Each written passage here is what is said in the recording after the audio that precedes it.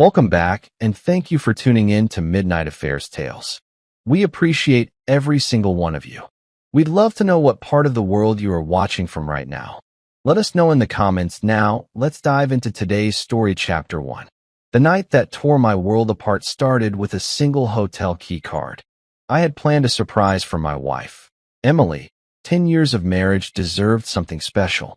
But when I slid that key into the lock and pushed the door open, I found a surprise that tore me open instead. The room was warm, the lights low. I heard laughter. Hers, soft, sweet, and meant for someone else. There she was, tangled up in the sheets with Brad, her coworker, their bodies so close they could have been one. My heart stopped. My lungs felt like they forgot how to breathe. Emily looked up at me, her eyes wide, mouth frozen. "Jake," she stammered, her voice a breathless squeak. Brad scrambled off her like he was caught in a nightmare. But I was the one living it. For a second, nobody said anything. The only sound was the pounding of my own heart. My fists clenched at my sides. Emily clutched the sheet to her chest, trying to cover up her shame. Brad reached for his jeans on the floor, but his hands were shaking. I could not even speak. My tongue felt like stone. My mind screamed, "How long? Why? How could she do this to me?" Finally, Emily tried to explain, her voice shaking. "Jake, it is not what you think. Please." But I cut her off with a stare so cold it could have frozen fire. "Do not," I said, my voice low and deadly. "Do not lie to me." I turned and walked out of that room, the echo of my own footsteps ringing in my ears. My mind raced. I had to know how deep this betrayal ran. One question burned through the chaos in my head. How long had my wife been living this lie? Wait, if this story gave you chills or made you think twice about trust, don't just scroll away. Hit that like button to support the channel, and subscribe if you never want to miss another jaw-dropping tale. We drop new stories every week that'll leave you speechless. To everyone who's already subscribed, sending you heartfelt love and thanks. Join the family, because here, every story hits different. Now, let's dive back into the story. Before that night, my life felt like something out of a suburban fairy tale.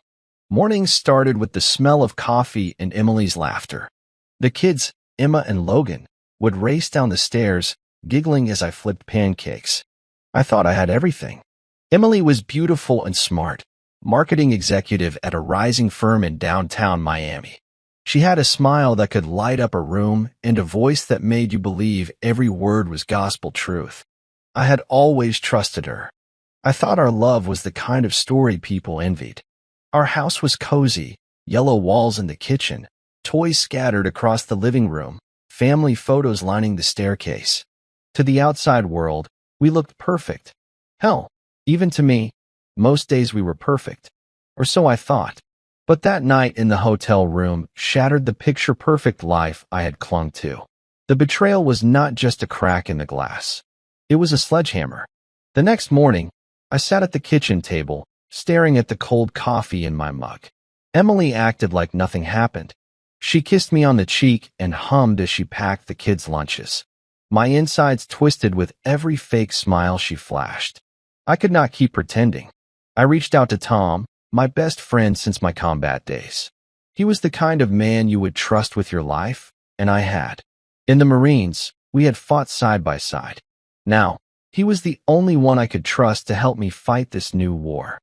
Tom listened, his jaw tight. "Jake, I have got your back. She will not get away with this," he said. I nodded. I was done being the fool in this play. But deep inside, fear clawed at me. What if this was only the beginning? What if Emily's lies went deeper than I could ever imagine? Tom wasted no time. That night, he sat across from me in my dimly lit living room, his face set in stone. "We are going to find out everything," he said, his voice calm and certain. "You deserve to know the truth, Jake." I nodded, my throat tight. I trusted Tom more than anyone. He was the brother I chose. He had saved me in combat, dragged me out of the line of fire more than once. Now he was ready to save me again. Emily was upstairs, reading bedtime stories to the kids. Her laughter drifted down the stairs, sweet and false. I wanted to scream. How could she smile like that after what she did? Tom leaned forward. We start tomorrow. I have some contacts who can help us dig deeper. But you have to be ready, man. Whatever we find, you have to be ready to face it. I swallowed hard. I am ready, I said. I did not feel ready, but I knew I had no choice. The next day, Tom set up a meeting with a private investigator. We sat in a rundown diner, steam rising from chipped mugs of coffee. The PI was a no-nonsense woman named Carla, her eyes sharp and unflinching. I will find out everything, she promised, sliding a small recorder across the table. You want to know how long, how far she has gone? Trust me, I will find it. As I walked out of that diner, the weight in my chest felt even heavier. But I had to know. For Emma. For Logan. For me. I knew one thing for certain. Emily had no idea the storm she had unleashed. And with Tom by my side, I was not going to stop until I uncovered every last lie. The days that followed felt like walking a tightrope over a pit of knives. Emily moved around the house as if nothing had happened, her smile as bright and sweet as ever. But behind those blue eyes, I saw it now, the lies. And I could not unsee them. Tom and I met every night in my garage, the door locked and the lights low. We spread out everything we had so far. Hotel receipts, screenshots of messages I had found, photos of Emily's late night work meetings.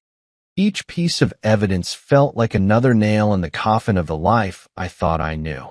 She is good at covering her tracks, Tom said, flipping through the files Carla had sent us. But no one is perfect. We will find the crack in her story. I stared at the images, my hands trembling. Emily with Brad at the bar, their heads close, laughing like they had no care in the world. Emily kissing him in the parking lot, her wedding ring glinting under the streetlights. My gut churned.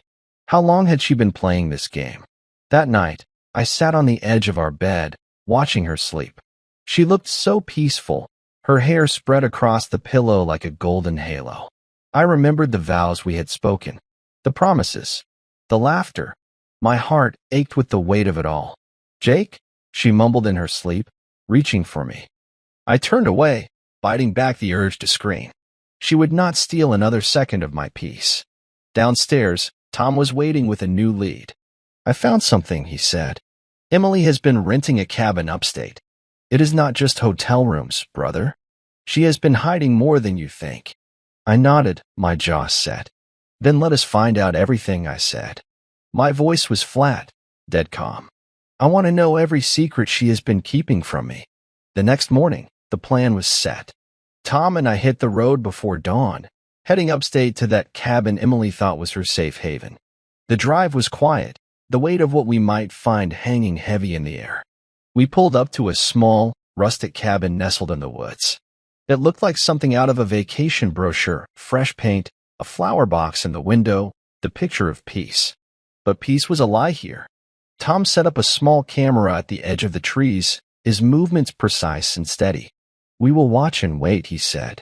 She will not see us coming. We sat in the truck, binoculars trained on the cabin. Hours passed, the woods alive with the sound of birds and rustling leaves. I thought about Emily, how she had always said she wanted a place in the woods to get away. Now I knew what she really meant. Finally, a car pulled up. Emily stepped out, her hair down, her smile bright. Brad was right behind her, his arms sliding around her waist like it belonged there. My heart clenched in my chest. My wife. My home. And here she was, laughing with him like I never existed. I will kill him, I muttered, my voice low and ragged. Tom put a hand on my shoulder. No, brother. We are going to do this right. She is going to pay for this the right way. We filmed everything, every touch, every kiss, every lie they told each other in the privacy of those woods. Tom's camera never wavered. This is all the proof you need, Jake, he said. No judge will doubt this. No friend will stand by her after this. As the sun set, I knew this was just the beginning. Emily thought she had me fooled, but she never counted on the bond one had with Tom, or the fury she had unleashed in me. Back home, the evidence felt like a weight in my hands. I laid it all out in front of me. Photos of the cabin, videos of Emily's laughter with Brad, The way they clung to each other like nothing else in the world mattered. My marriage was in those files, torn to shreds. Tom sat across from me, his eyes hard. We have enough to expose her, he said. But there is more, I know it. She has been hiding money, Jake. Look at this, bank statements, transfers to an account you never knew about. I leaned back in my chair, my mind racing. She is planning to leave me, I said quietly. She is setting up a new life behind my back. Tom nodded. And she thinks she can take everything with her. Your kids, your money, your pride. He paused, his voice cold. She has no idea who she is dealing with. The kids played in the living room, their laughter echoing down the hall. I felt a surge of protectiveness so strong it nearly knocked me over. I will not let her take them, I said, my voice a whisper. I will not let her drag them into her lies. That night, I watched Emily from across the dinner table. She chatted with Emma about a school project, her smile sweet and warm.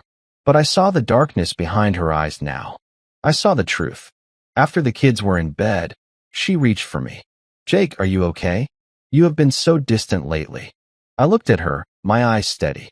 I am fine, I said. Just tired. She smiled, leaning in to kiss me. Her lips felt cold. Hollow. I let her kiss me, let her pretend everything was normal. But in my heart, I knew the war had already begun, and I was done playing the fool. The next morning, the house felt colder than I had ever known it to be. Sunlight spilled in through the kitchen windows, but it did not warm me. Emily moved around the kitchen in her robe, humming softly as she made breakfast. She had no idea I had seen the real her. She had no idea her perfect lie was beginning to crumble. I sat at the table, my fingers wrapped around a mug of black coffee. My eyes followed every move she made. The smell of bacon filled the air, but I could not taste anything. My mind was stuck on the images of her in Brad's arms, the laughter they shared when they thought no one else was watching. Emily set a plate in front of me, her eyes meeting mine. You were quiet today, she said, her voice light and casual. Are you okay? I forced a smile. Just tired, I said. My voice sounded distant even to my own ears. She brushed a lock of hair behind her ear and smiled at me, her eyes soft. You work too hard, she said. Let me take care of you tonight. I almost choked on my coffee. The way she could lie so easily, the way she could slip from one role to another, it made my skin crawl. But I said nothing. I had learned that sometimes the most powerful confrontation was silence. Let her wonder. Let her squirm under the weight of what she thought I did not know. After breakfast, I kissed Emma and Logan on the forehead before they left for school. My heart broke a little more every time I looked at them, innocent in all of this. I would do anything to protect them from the darkness their mother had dragged into our lives. As Emily waved them off at the door, I watched her closely. She turned and smiled at me. We should go out tonight, she said. Maybe dinner at that Italian place you love? I just nodded, my expression unreadable. Sure, I said. But in my head, I was already planning my next move. She thought she was still in control. She had no idea the noose was already tightening around her perfect little world. As the sun set, Tom and I met again in the garage. The space was cluttered with old tools and the scent of oil, but it felt like a war room now. Our headquarters in this battle for the truth. The photos and videos we had gathered covered the table, each image a testament to the betrayal I had never seen coming. Tom lit a cigarette, the smoke curling in the dim light. Jake, we have enough to end her, he said, his voice calm and sure. But I have been thinking, there has to be more. A woman like Emily does not build a lie this big without hiding deeper secrets. I leaned back against the workbench, my arms crossed. I know, I said, my voice low. I can feel it in my gut. She has been lying to me for years. This affair is just the start. Tom exhaled smoke, his eyes narrowing. I have a friend who can pull her financial records. We need to know where the money is going, who else she is seeing. She has built this perfect mask, but we are going to rip it off. I nodded slowly. Do it, I said. I need to see it all. Back inside the house, Emily was sitting in the living room, her laptop open. She looked up at me, her smile bright. I was thinking we could go away for the weekend, she said. Just the two of us. Reconnect. I stared at her, my throat tight. Sure, I said again. I could see the flicker of doubt in her eyes, just for a second. She was starting to feel it, the cracks in the mirror she had built. That night, as she slept beside me, I stared at the ceiling. My mind was a storm, memories of her laughter, the warmth of her touch, the taste of her lips. All of it poisoned now.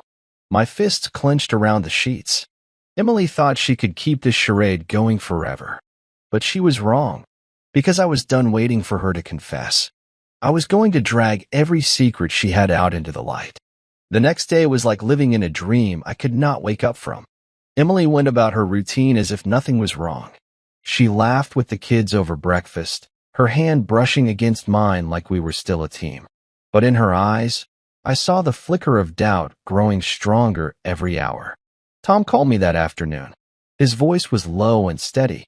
"Jake, we are close," he said. "Carla's report will be ready by tonight. She is pulling every record Emily has tried to bury, emails, bank transfers, hidden accounts. We are going to know everything."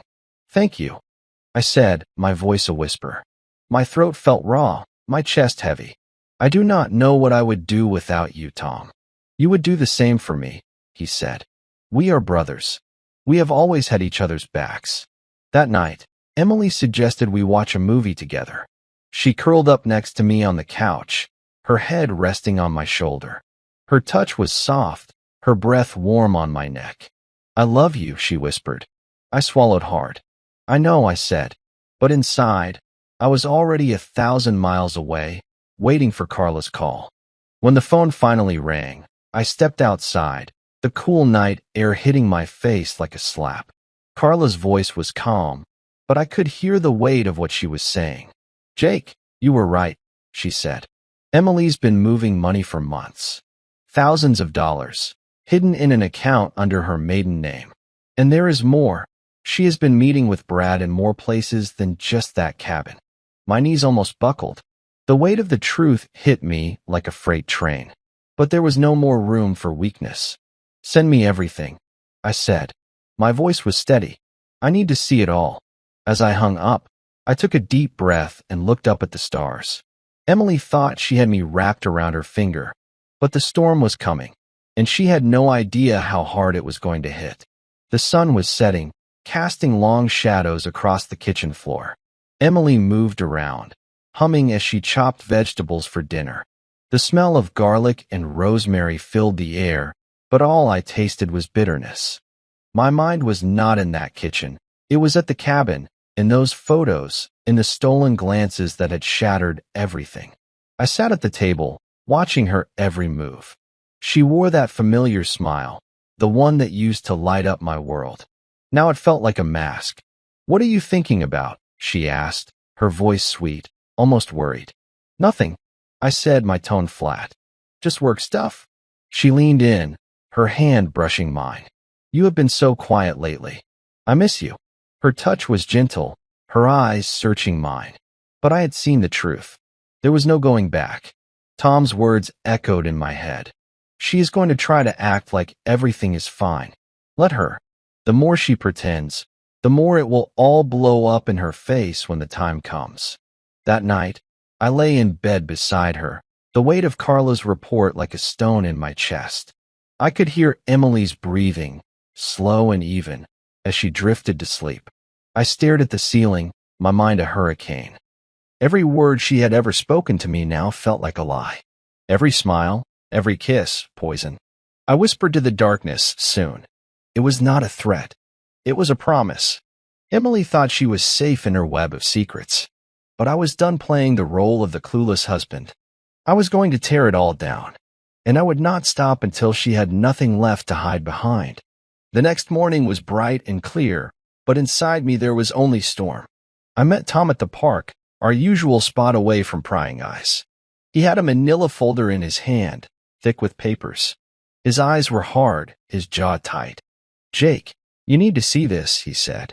We sat on a bench, the sounds of kids playing in the distance. Tom opened the folder and laid out the documents, bank transfers, emails, note scribbled in Emily's handwriting. She has been moving money for over a year, he said. Thousands. She set up a whole separate account in her maiden name. She is planning to run, brother. She is planning to leave you with nothing. I swallowed hard, the words like glass in my throat. She was never planning to stay, I said, my voice low. All those nights, all those I love yous, just lies to keep me in the dark. Tom nodded, his eyes steady. But we are not in the dark anymore. We have the proof. And when you are ready, we are going to show her exactly what she has done. I clenched my fists, my pulse pounding. I am ready, I said. My voice felt cold, distant. I am not going to let her walk away with my life. Back home, I watched Emily move through the day, her laughter ringing in the air as she played with the kids. But behind that laughter, I saw the woman she really was, a stranger in my home, a liar wearing my wife's face. She caught my eye and smiled. What are you thinking about? She asked. I forced a smile, my voice calm. Nothing important, I said. But inside, I was already planning how to bring her whole world crashing down. Emily's office had always been a place I trusted, a safe space where she said she was working late to build our future. Now, it was just another stage for her lies. Tom and I drove downtown that evening, parking across the street from the sleek glass building where Emily spent her days and her nights. I was starting to realize. Tom's jaw was tight as he scanned the doors. This is where it all started, he said. Brad is more than just a fling. He is a part of her world now. We watched as Emily walked out with Brad, their heads close, laughter passing between them like a secret language. She reached up to touch his arm, her fingers lingering just a second too long. My stomach twisted. She used to touch me like that. Tom leaned forward. We are getting closer, he said. I have a friend in that building. She is going to tell us everything. How long it has been going on, what lies Emily has been telling at work. Every little detail. As we drove away, my mind was a storm. I could see it all so clearly now, the way Emily had been weaving her life around Brad, the careful excuses, the lies whispered in the dark. I remembered the way she used to look at me, her eyes bright with promises I thought were real. Back home, Emily was waiting at the door, her smile bright. You are late, she said, her voice soft. Everything okay? I looked at her, my face unreadable. Everything is fine, I said. But inside, the fire was growing. The more she lied, the more I wanted to see her face when the truth finally broke through. I would not let her bury me in her secrets. And I would not let her bury our children in them either. She thought she was safe. She thought she could hide. But I was done playing the fool, and the truth was coming for her. The house was quiet, too quiet.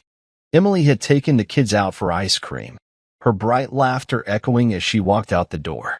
I was alone in the silence she left behind, but I was not there to relax. I was there to find the last pieces of her betrayal.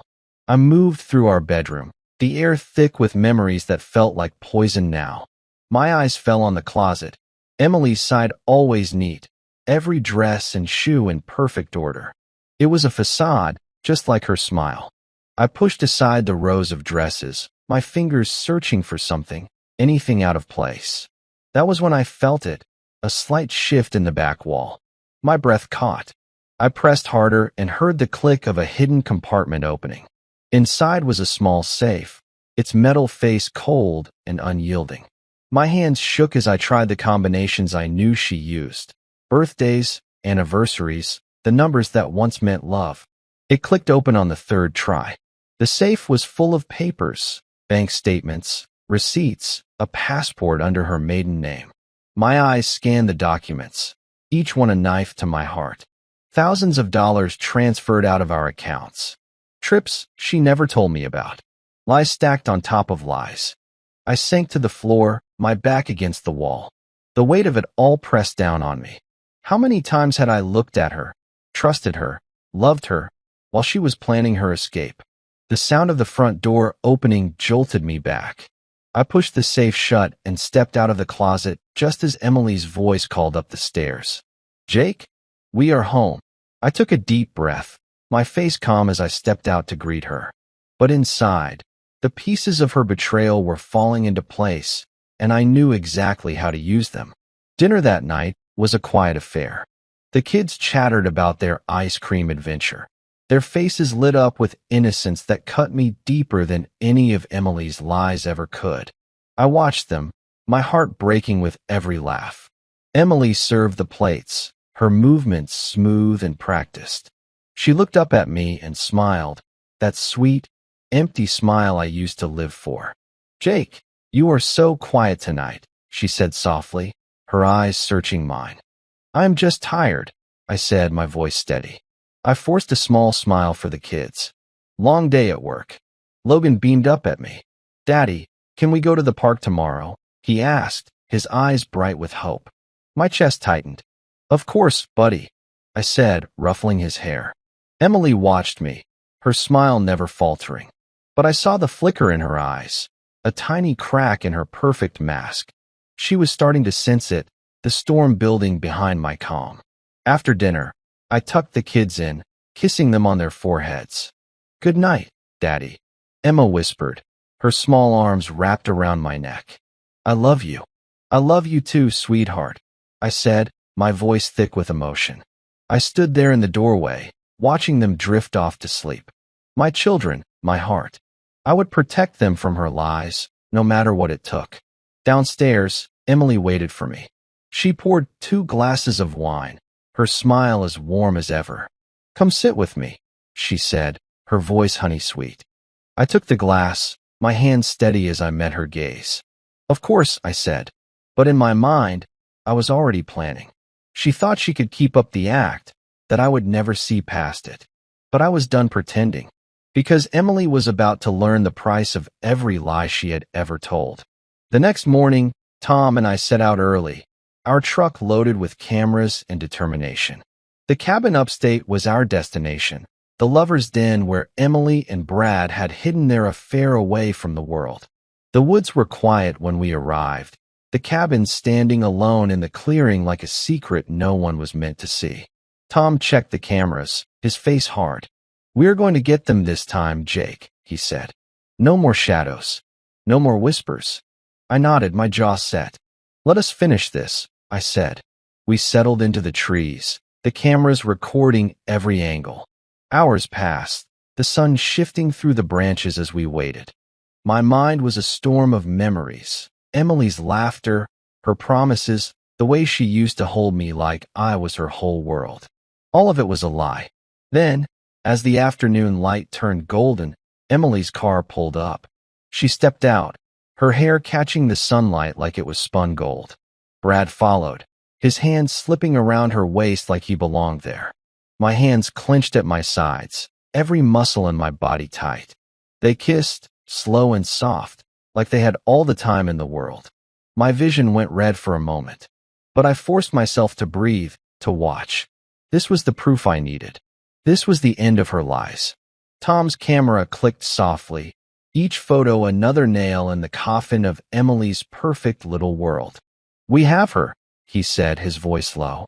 "We have everything." As they disappeared into the cabin, I closed my eyes and took a deep breath. Emily thought she was safe in the shadows, but I was done being her shadow. I was done being the fool. The next step was clear. Emily had built her kingdom of lies, but I was going to bring it crashing down around her. That night, back at home, the weight of everything pressed down on me. Emily moved through the house like nothing was wrong, her laughter soft and sweet as she read bedtime stories to the kids. She kissed them goodnight, her smile as warm as the day we first met.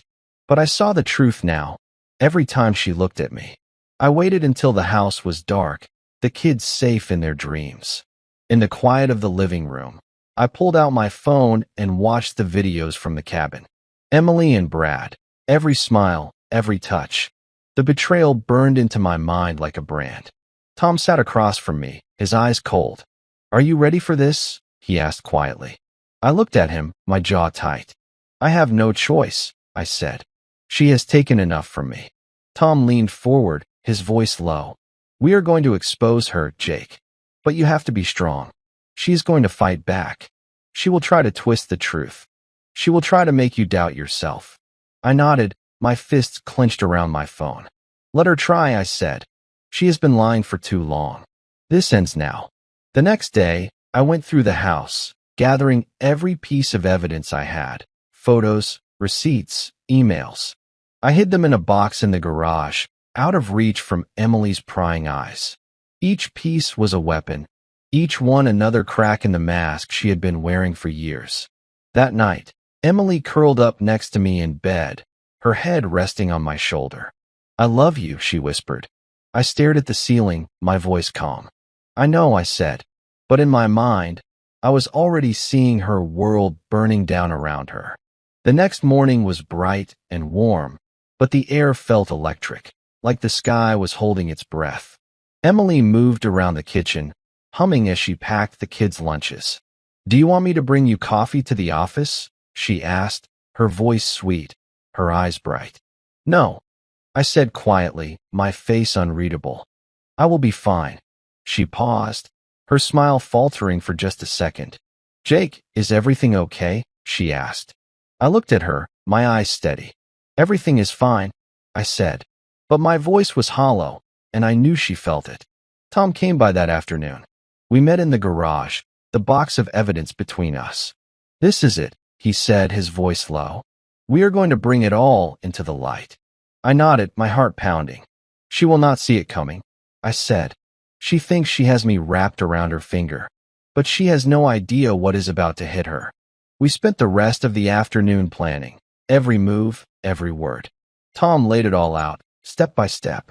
We will hit her with everything at once, he said. No time for her to twist the story, no time for her to run. As the sun set, I stood in the backyard, the cool air brushing against my skin. Emily came out, a soft smile on her lips. The kids are asking for you, she said, her voice gentle. I looked at her, my face calm. I will be up in a minute, I said. She nodded, but I saw it in her eyes, the flicker of doubt, the tiny crack in her perfect world. She was starting to feel it, the storm that was about to swallow everything she had built on lies. That night, after the kids were asleep, I sat at the kitchen table, the box of evidence in front of me. Emily came down the stairs, her robe tied loosely at her waist. What are you doing? She asked, her voice soft, almost nervous. I looked up at her, my fingers drumming against the table. Just thinking, I said, about everything.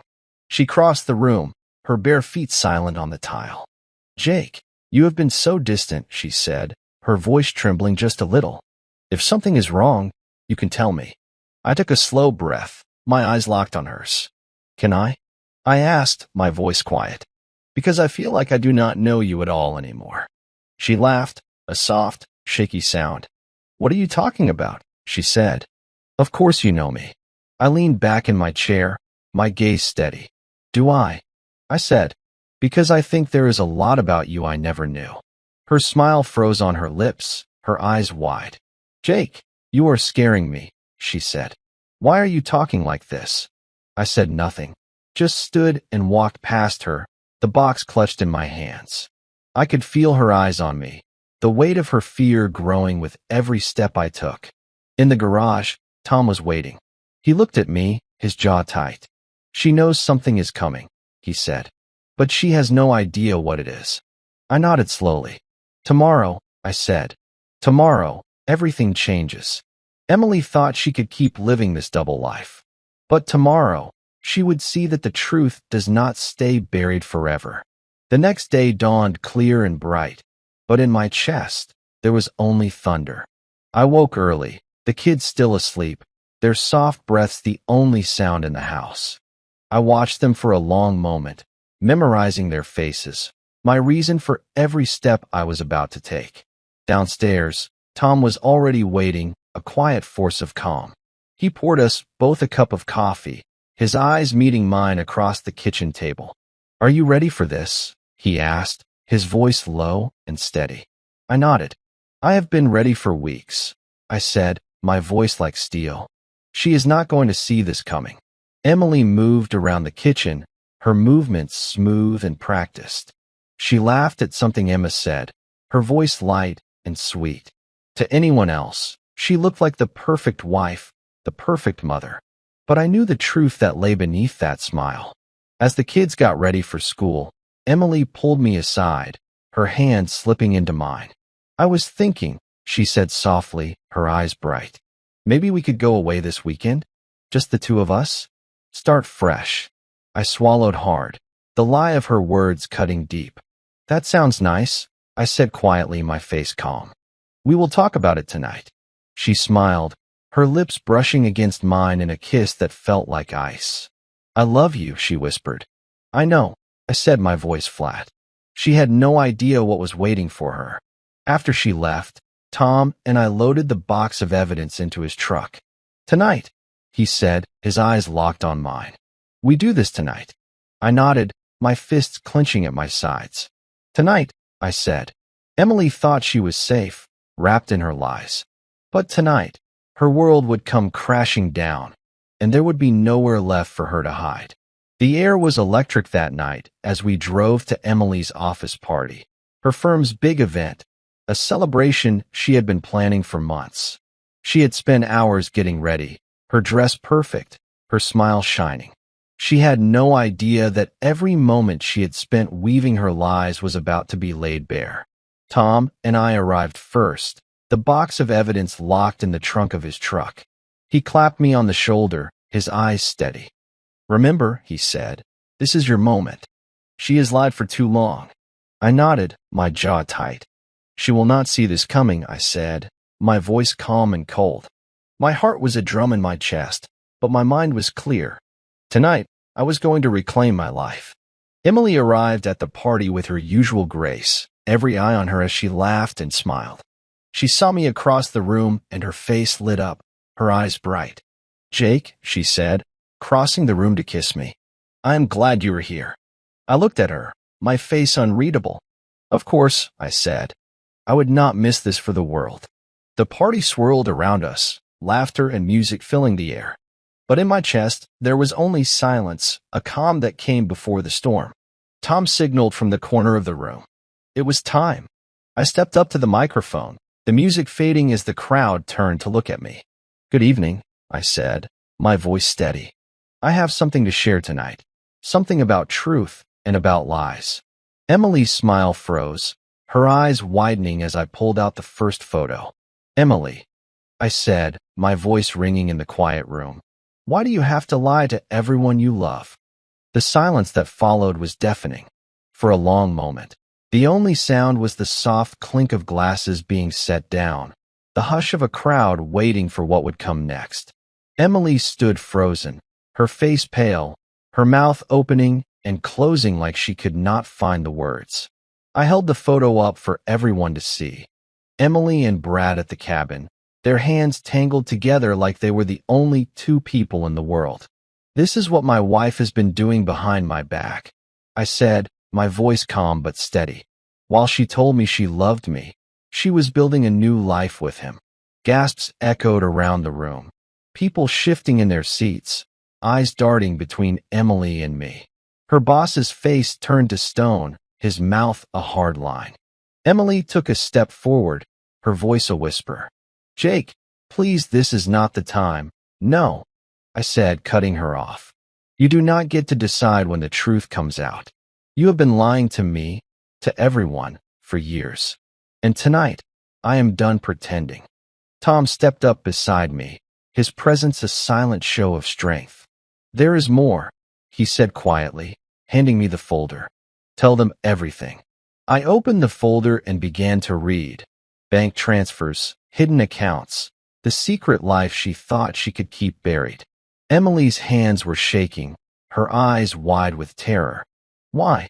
I asked her, my voice breaking for the first time. Why would you do this to me? To our kids. Tears welled in her eyes, but I saw them for what they were, too little, too late. She reached for me, her voice a broken whisper. Jake, I can explain.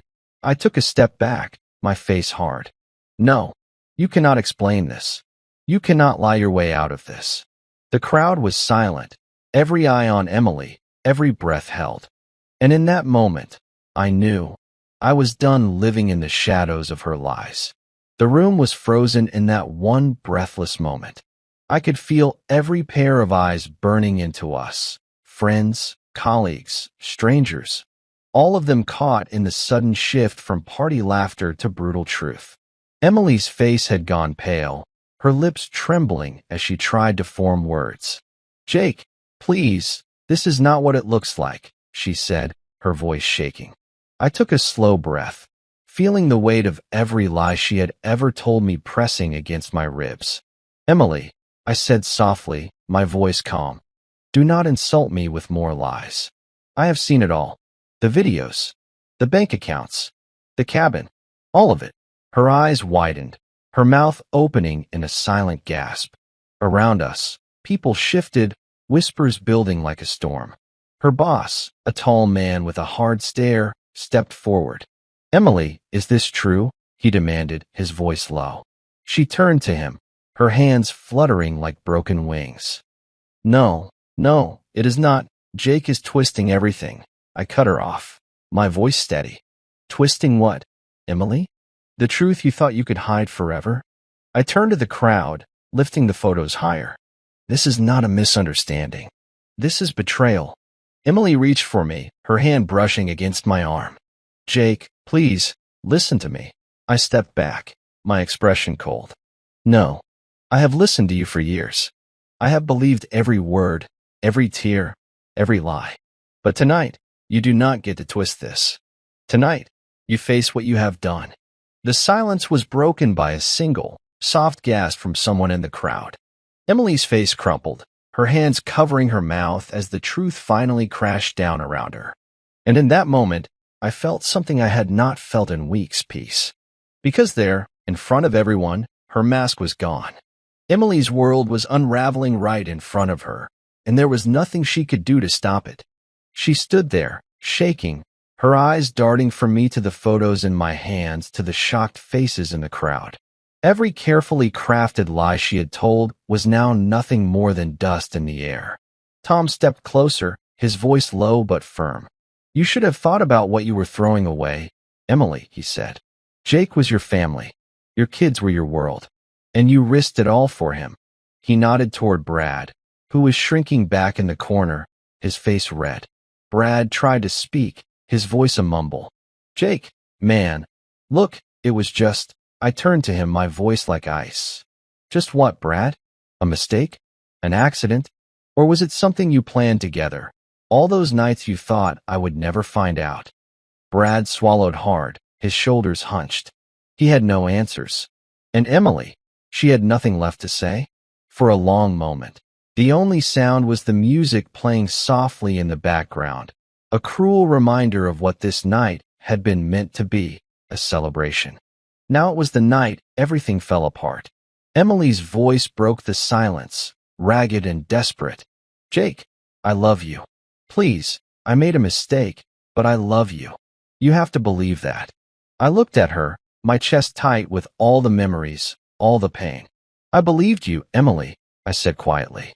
"For 10 years, I believed every word you said. But tonight, I believe the truth." She took a step forward, her hand outstretched, tears streaking her face. "Jake," I shook my head, my voice firm. "No more lies, Emily. No more." The weight of the truth hung in the air, heavy and final. Emily stood there, her shoulders shaking, tears dripping from her chin. Brad had already slipped away, his head down, but Emily had nowhere to run. Every eye in that room was on her. Every whisper another nail in the coffin of her perfect image.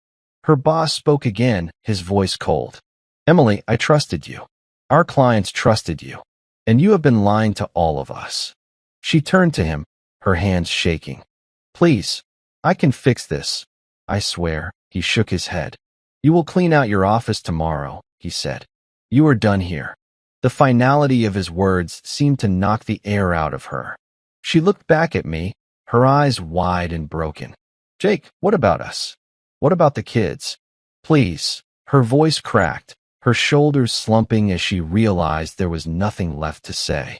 I felt a pang in my chest, but I pushed it down.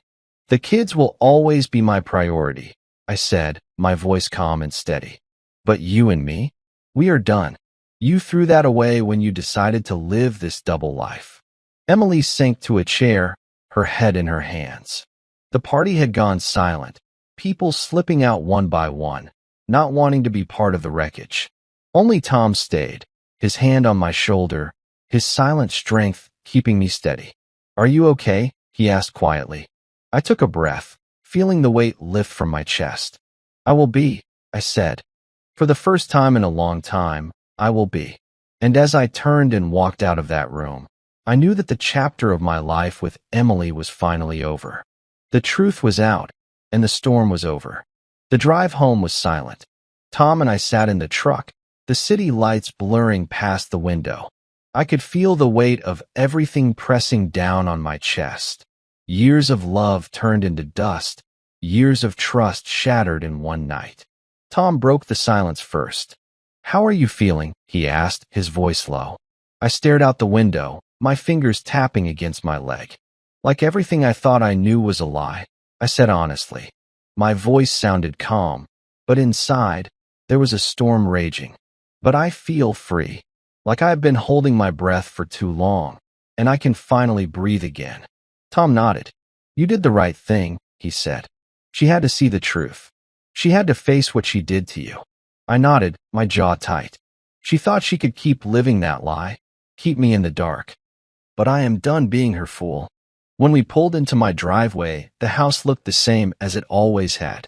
Warm light glowing from the windows, the kids' toys scattered across the lawn. But it felt different now, like the weight of her betrayal had been lifted from these walls. I went inside, the quiet of the house wrapping around me. I paused at the bottom of the stairs, listening to the soft breathing of my children as they slept. My heart tightened.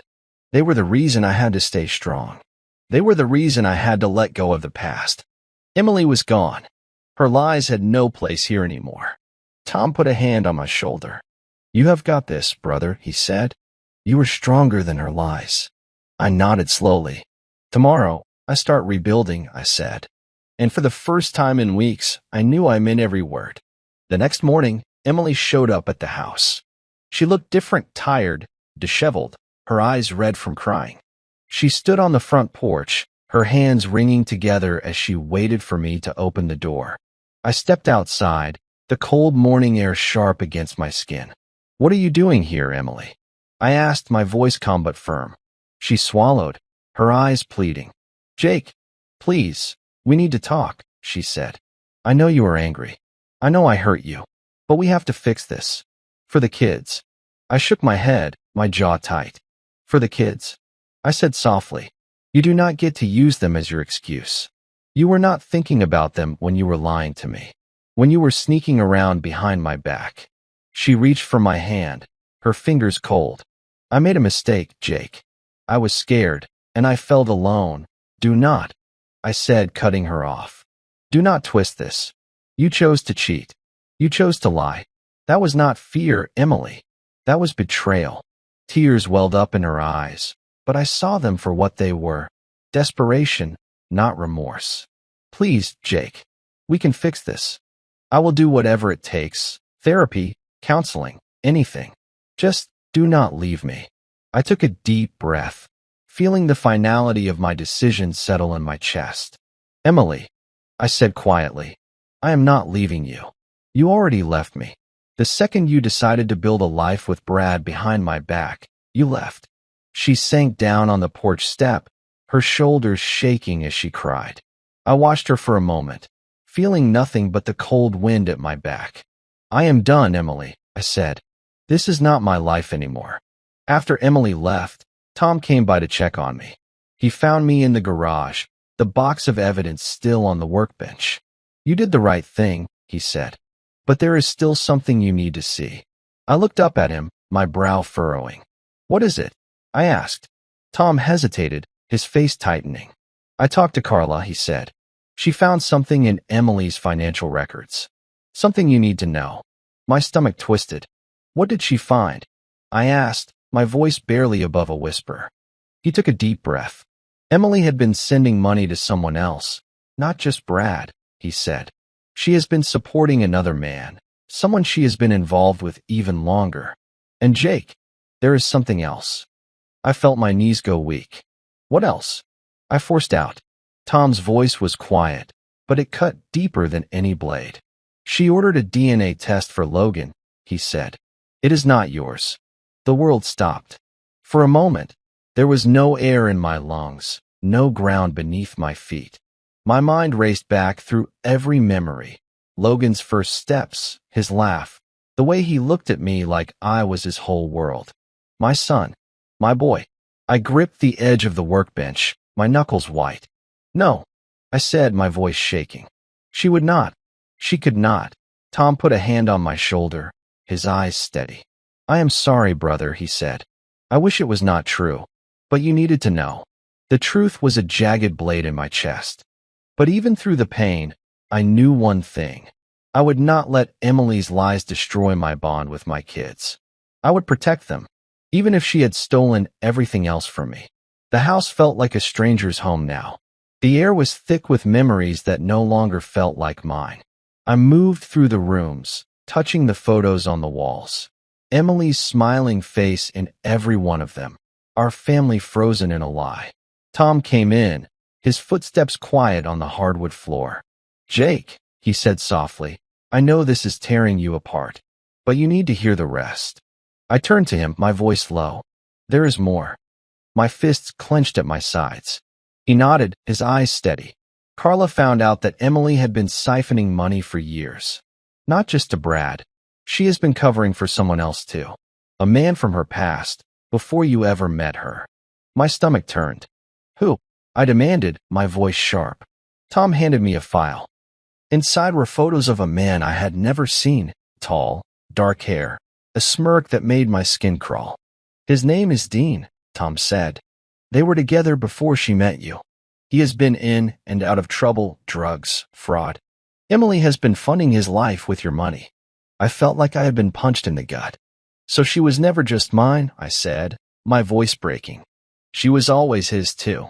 Tom put a hand on my shoulder, his grip firm. She played you, brother. But she does not get to keep playing. We have the proof now. We take it all to the lawyer, and we make sure she cannot touch your kids or your life ever again. I nodded slowly, my chest heaving. Emily's web was thicker than I had ever imagined, but I was done being caught in it. Let her try, I said quietly. I am not going to let her destroy everything I have left. That night, Emily came by again. She stood on the porch, her eyes swollen from crying. She looked smaller than I had ever seen her, like the weight of her lies was finally crushing her. But I knew better. I knew this was just another act. I opened the door, my face calm. What do you want, Emily? I asked, my voice cold. She stepped forward, her hands trembling. Jake, please, I know you hate me. I know what I did was wrong.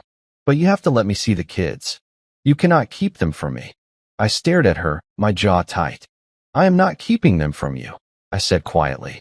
But I will not let you hurt them with your lies. Tears welled up in her eyes. Jake, they are my children too, she whispered. They are, I said. But they are not bargaining chips.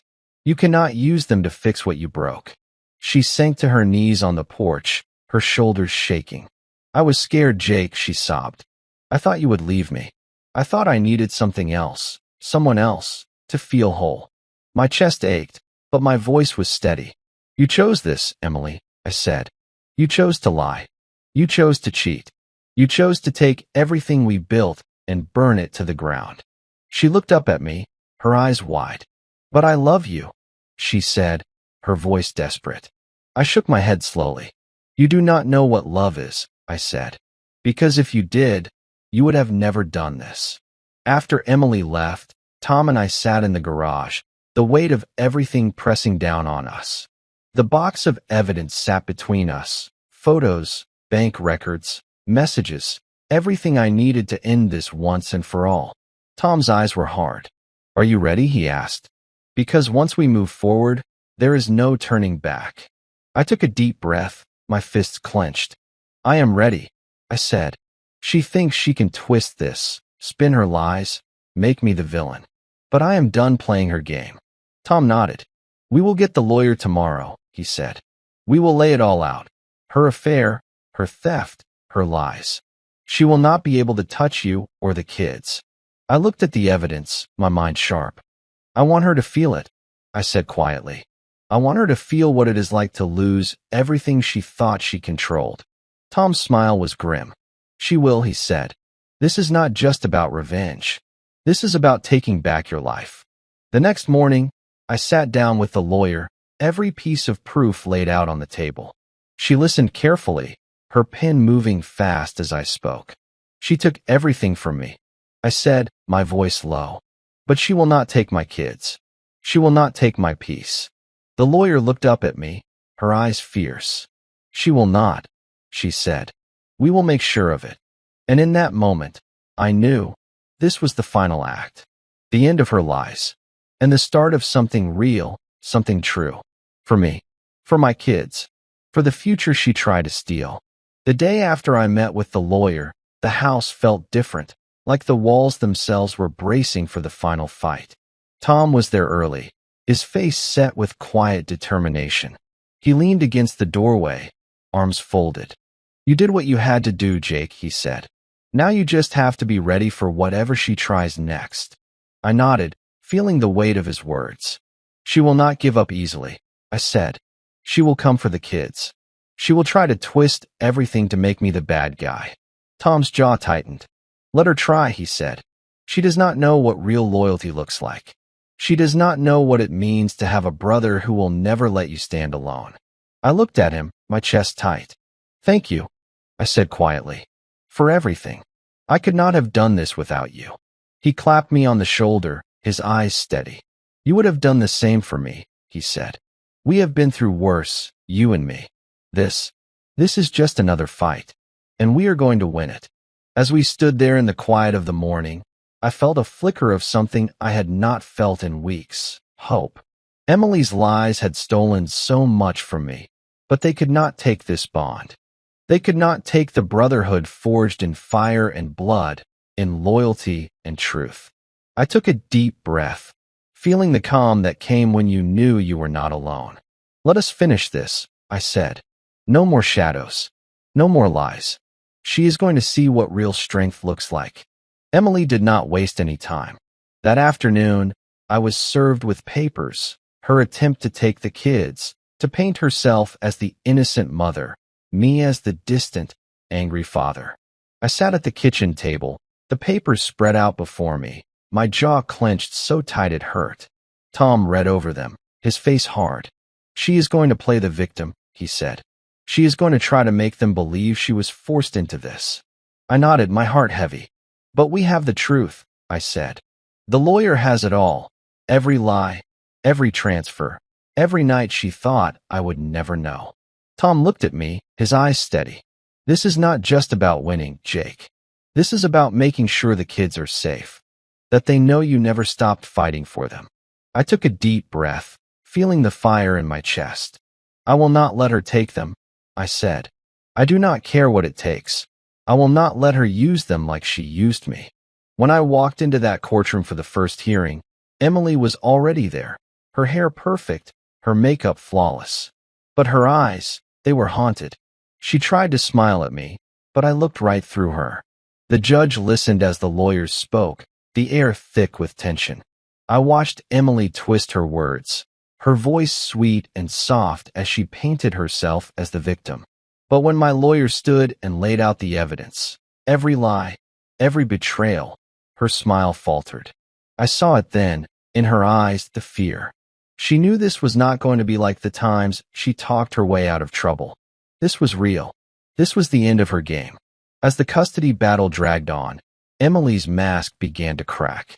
She came to the house one night, her face pale, her hands trembling as she knocked on the door. I opened it slowly, my face unreadable. What do you want, Emily? I asked, my voice calm. She swallowed hard, her eyes bright with unshed tears. I need to talk to you, she said. Please, just listen. I stepped aside, letting her in. She stood in the middle of the living room, her shoulders shaking. Jake, I cannot lose them, she said, her voice breaking. I cannot lose the kids. I watched her, my arms crossed. Then you should have thought of them before you lied, before you cheated, before you tore this family apart. She took a shaky breath, her hands clutching at the hem of her coat. I made mistakes, I know that. But they need me. I can be better, I swear. I cut her off, my voice firm. You had your chance, Emily. You had 10 years of chances. And you threw them all away. Tears slipped down her cheeks, but I felt no sympathy. Jake, please, I will do anything. Just do not take them from me. I shook my head slowly. I am not taking them from you, I said quietly. You did that all by yourself. She sank to her knees, her sobs filling the room. And I stood there, feeling nothing but a cold certainty. This was the end of her lies. And for the first time in a long time, I felt like I was finally free. Tom and I sat at the lawyer's office the next morning, the weight of Emily's desperation still heavy in my chest. The lawyer spread out the evidence across the polished wood table, photos, bank records, messages. Every piece another nail in the coffin of Emily's lies. I have a witness, she said quietly, her voice calm and sure. A friend of Emily's from the office. She saw them, Emily and Brad, together, long before you ever knew. My chest tightened. She is willing to testify? I asked. The lawyer nodded. She is ready to tell the truth, Jake. She is tired of Emily's games. And with her statement, we can show the judge exactly who Emily really is. Tom leaned back, his arms crossed. She does not stand a chance, he said. Once the truth is out, she will not be able to hide behind her lies anymore. I looked at the stack of evidence, the final pieces of the puzzle. I do not want to just win this, I said quietly. I want to make sure she can never do this to anyone else. The lawyer's eyes met mine, her voice calm. She will not, she said. We will make sure of it. As we left the office, Tom clapped me on the shoulder. You are doing this for the kids, he said. For your future. For everything she tried to steal from you. I nodded slowly. She wanted to bury me in her lies, I said. But I am still here. And I'm not going anywhere. The second hearing came fast. Emily sat across the courtroom, her hands clasped in her lap, her eyes darting nervously as she glanced at me. She looked so small there, so fragile. But I knew better. I knew what she was capable of. The judge listened as my lawyer laid out the evidence, her voice calm and steady. She spoke of the affairs, the lies, the money Emily had funneled away behind my back. Emily's lawyer tried to object, to paint me as the angry husband trying to punish his wife, but the evidence spoke for itself. Then the witness took the stand. A woman I had never met, but who knew the truth. Her voice was soft but sure as she told the court what she had seen. Emily in Brad's arms. Emily slipping away from work for secret meetings. Emily laughing like she had no care in the world. Emily's face went pale, her mouth opening in a silent gasp. She tried to speak, but the judge cut her off. We will hear from you when it is your turn, he said firmly. I watched her as the witness spoke, her shoulders slumping lower with every word. She looked at me once, her eyes wide with fear. But I did not flinch. I did not look away. She had spent years lying to me, years trying to hide the truth. But here, in this room, there was no more hiding. When the witness finished, the room was silent. The judge took a breath, his face hard. We have heard enough for today, he said. We will reconvene tomorrow. As I stood to leave, Emily looked at me, her voice a whisper. Jake, please, I said nothing. I walked out of that room with my head held high, knowing that the truth was finally on my side. Emily did not give up. She never did. That night, she came to the house one last time, her hair tangled, her eyes red from crying. She stood in the doorway, her voice trembling. Jake, please. We need to talk. I looked at her, my face calm. There is nothing left to say. Emily, I said. She stepped forward, her hands shaking. You are trying to take everything from me, she said, her voice cracking. The kids, my home, my life. I will not let you do that. I crossed my arms, my voice steady. I am not taking anything, I said. I am just taking back what you tried to steal from me.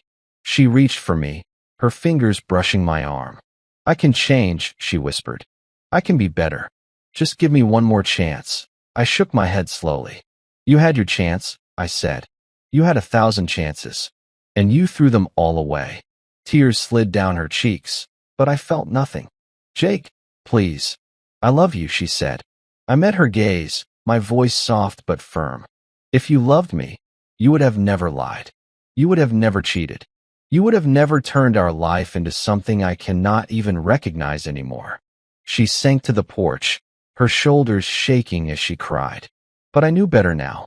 I knew the difference between real tears and the ones she used to get what she wanted. I will see you in court, I said quietly. That is the only place we have left to talk. The final day in court felt like the end of everything.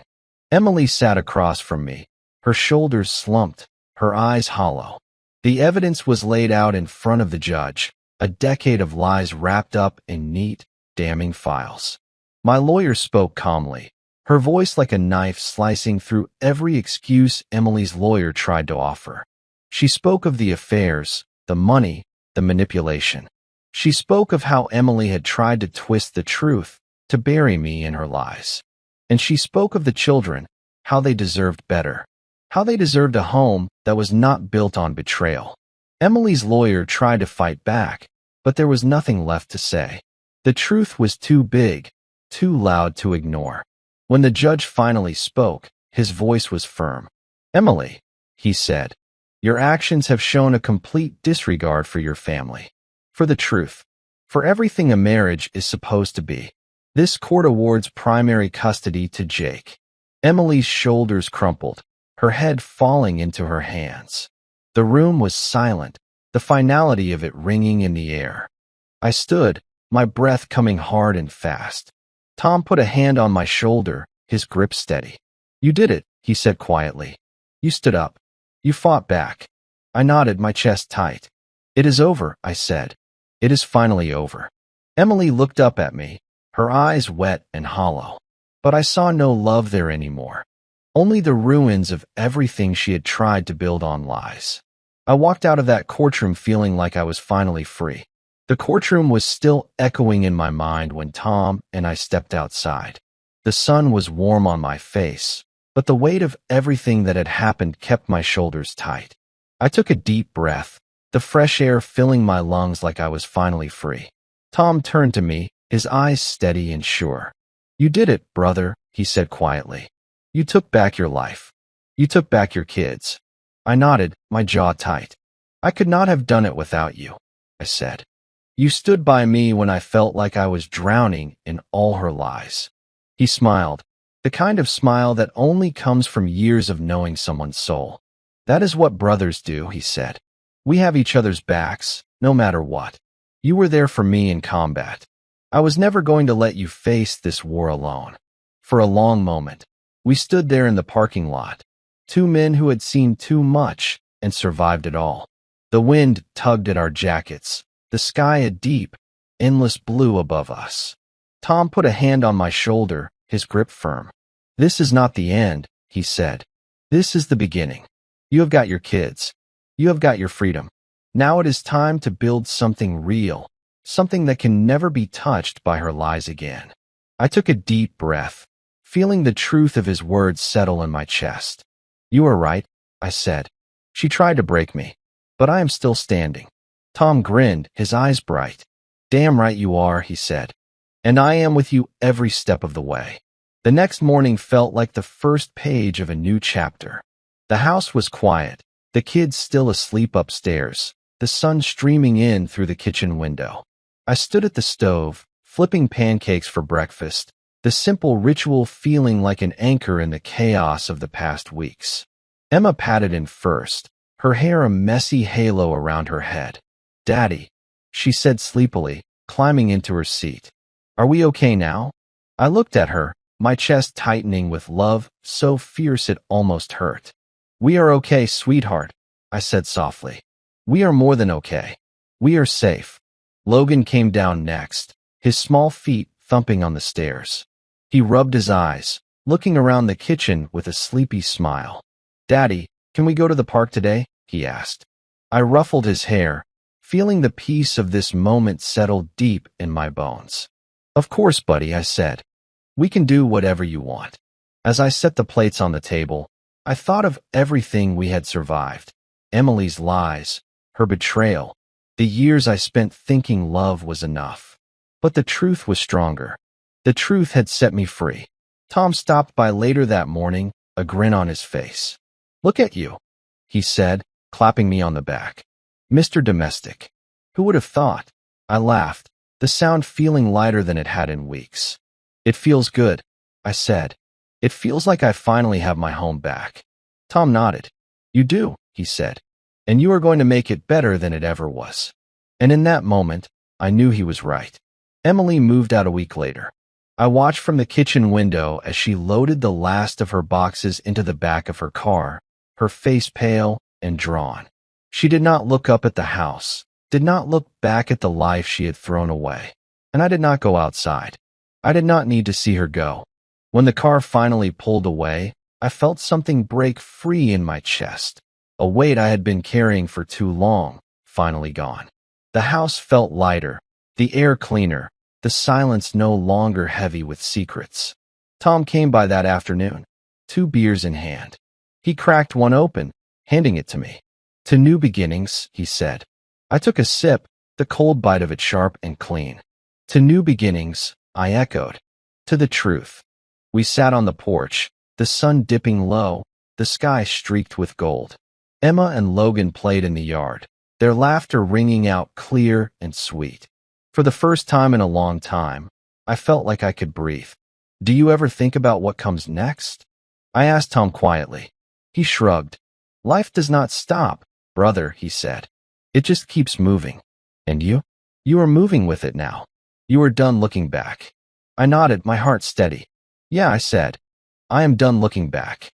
And as I watched my kids chase fireflies in the twilight, I knew this was not just the end of Emily's lies. It was the beginning of everything real. The days after Emily moved out felt like the quiet before dawn, a calm that was not empty, but full of possibility. The kids and I found a new rhythm in the mornings, Emma's sleepy yawns, Logan's laughter echoing down the stairs. The house felt lighter, like it could finally breathe again. Tom came by almost every day, his steady presence like a reminder that I was not alone. We worked on small things around the house, fixing a leaky faucet, repainting the porch railings. Little acts of repair that felt like healing. One evening, after the kids had gone to bed, Tom and I sat on the back steps, looking out at the quiet yard. The fireflies were just starting to blink in the dark, tiny sparks of light. "You know," Tom said, taking a sip of his beer, "you are doing better than I ever thought you would." I glanced at him, my voice low. "There are still nights I lie awake," I said. "Nights when I wonder if I could have done something different, if I could have saved it." Tom shook his head, his jaw set. "You did everything you could, Jake," he said. "She made her choices. You are not responsible for her lies." I took a deep breath, feeling the truth of his words settle in my chest. "I know," I said. "It just takes time to let go of all the what-ifs." Tom nodded. "Time and a little bit of faith," he said. "You have your kids. You have your home. And you have the chance to make something real out of all this." I looked out at the yard, the soft glow of the fireflies reflecting in the darkness. "Yeah," I said. "I do." A few days later, a letter arrived in the mail. Emily's handwriting on the envelope was neat and familiar, a stark reminder of the years we had shared. I held it for a long moment, my mind racing with what it could say. Finally, I sat down at the kitchen table and opened it. The paper was heavy in my hands, the words written in careful, looping script. "Jake," it began, "I know you will probably never forgive me for what I did. I do not expect you to. I just wanted to say I am sorry. I know my words mean nothing after everything I put you through, but I need you to hear it from me." I read on, my heart tightening with every line. She wrote of regret, of fear, of a life built on choices she could not take back. She wrote of the kids, of how much she loved them, and how she knew she had lost the right to call this house a home. "I hope one day," she wrote, "you can find it in your heart to let go of the anger. Not for me, but for you. You deserve peace, Jake. You deserve to be happy." I sat there for a long time, the letter trembling in my hands. The anger was still there, a hard knot in my chest, but so was something else. a sense of finality, of letting go. I folded the letter carefully and put it away. I did not know if I would ever read it again. But for now, I knew it was enough. Emily showed up one last time, standing on the porch with the weight of her choices written all over her face. She looked different, smaller, somehow, like the truth had finally caught up with her. I opened the door, my face calm. "What do you want, Emily?" I asked. She swallowed hard, her voice trembling. "I just wanted to see the kids," she said. "To say goodbye." I stepped back, letting her in. She moved through the house like a ghost, her fingers brushing the walls, her eyes lingering on the photos of the kids that lined the hallway. When she saw Emma and Logan playing in the living room, she knelt down, her voice soft. "I love you both so much," she said, her tears slipping down her cheeks. "No matter what happens, I will always love you." Emma looked up, her eyes wide. "Are you leaving again, Mommy?" she asked. Emily's face crumpled. "Yes, baby," she whispered. "I have to." I stood in the doorway, my arms crossed. "You made your choices," I said quietly. "You have to live with them now." She looked at me, her eyes wet. "I know," she said. I wanted you to know I am sorry." I took a deep breath, feeling the finality in her words. "I know," I said, "but that does not change anything." She nodded, her shoulders slumping. She kissed the kids one last time, her voice shaking as she whispered goodbye. And when she walked out the door, I knew it was really over. The house felt quiet after she left, but it was a good kind of quiet, peaceful, like the first breath after a long dive. The storm was over, and we were still standing. Word about the affair had spread faster than Emily ever thought possible. Brad's world started to crumble under the weight of the truth. His job was the first to go. Emily's boss, who had once trusted them both, fired Brad the morning after the final hearing. The whispers in the office halls turned into open condemnation. I heard it from Tom first. He walked into my kitchen, a wry smile playing at the edge of his lips. "Brad's out," he said. "Fired. Word is he has been blackballed from every decent job in the city." I poured us both a cup of coffee, feeling a quiet satisfaction in my chest. "Karma," I said softly. "It always comes around." Tom nodded. "And he deserves every damn bit of it." Brad tried to reach out once, a pathetic voicemail that was nothing more than stuttering apologies. I listened to it alone in the garage, the hollow tone of his voice nothing compared to the rage I once felt. I deleted it without a second thought. Emily, I knew, would not find him waiting for her this time. Their little world of secrecy and stolen moments was gone, turned to dust in the light of truth. That night, as I sat on the porch watching the stars, I felt a strange sort of peace. Brad's betrayal had been just another wound, but it was healing now. My kids slept safe inside, their laughter echoing in my mind. And I knew I would never let the darkness of that betrayal touch them again. A week later, Emily called. I hesitated for a moment before answering, my hand gripping the phone like it was a lifeline. Her voice was quiet, almost broken. "Jake," she said softly, "I just need to say it. All of it." I leaned against the counter, my voice calm. "Say it then." She took a breath, her voice shaking. "I never loved Brad," she said. "I thought I did for a moment. I thought he was what I needed, someone to make me feel alive again. But it was never real.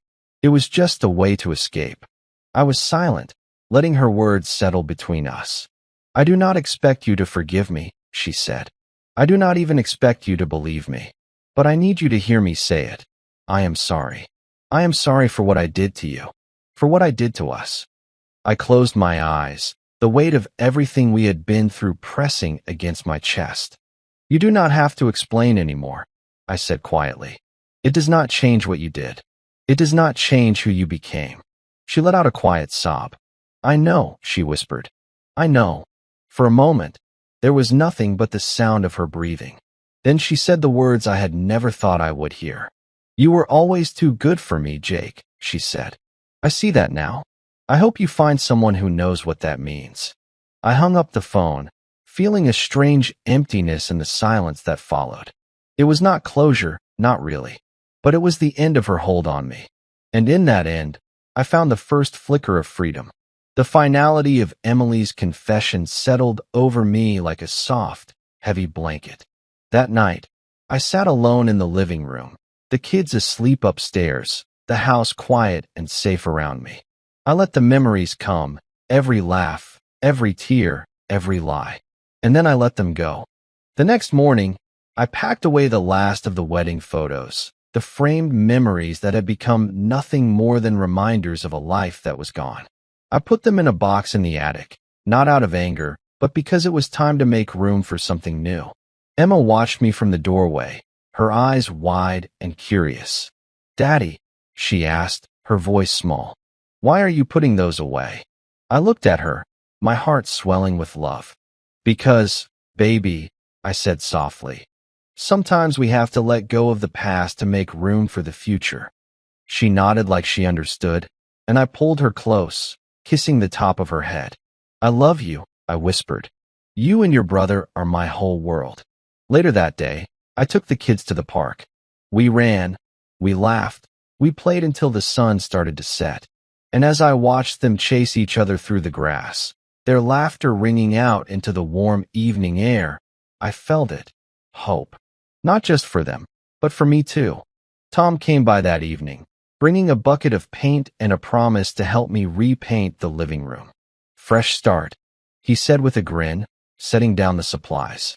"Time to make this house yours again." We worked late into the night, the scent of fresh paint filling the air. The walls turned from the pale beige Emily had chosen to a warm, welcoming blue, a color that felt like home. As we worked, we talked about everything and nothing, about the kids, about old memories from our days in the Marines, about what it meant to fight for something worth keeping. "You are stronger than you know," Tom said quietly as he brushed a stroke of paint along the wall. "You faced every lie, every betrayal, and you are still standing. That is real strength, brother." I looked at the wall, the new color bright in the soft glow of the lamp. "I just want to build something that is real," I said. "For Emma, for Logan, for me." Tom nodded, his eyes steady. "And you will," he said, "because you are not alone." As the last brushstroke dried, I stood back and looked at what we had done. The house was still the same in 100 ways, but it felt different. It felt like mine again. Ours. And in that simple act, turning a page, reclaiming a space, I found a sense of peace I had not known in a long, long time. The next morning, the house felt like it had finally exhaled. Sunlight streamed through the fresh, warm blue walls, the scent of new paint mixing with the coffee I brewed in the quiet kitchen. Emma and Logan sat at the table, their chatter soft and sweet. No tension, no secrets, just the laughter of children who knew they were safe. I watched them, my heart steady. Emily's betrayal had left scars, but those scars no longer defined us. They were just reminders of how far we had come. Tom showed up with fresh pastries, his grin easy. "How's the new home feeling?" he asked, his voice light. I smiled. "Like it is finally ours," I said. "Like the ghosts are gone." He leaned against the counter, his eyes steady. "That is what you fought for, brother," he said. "A place where the lies cannot live anymore. A place for you and the kids to grow, free from the shadows."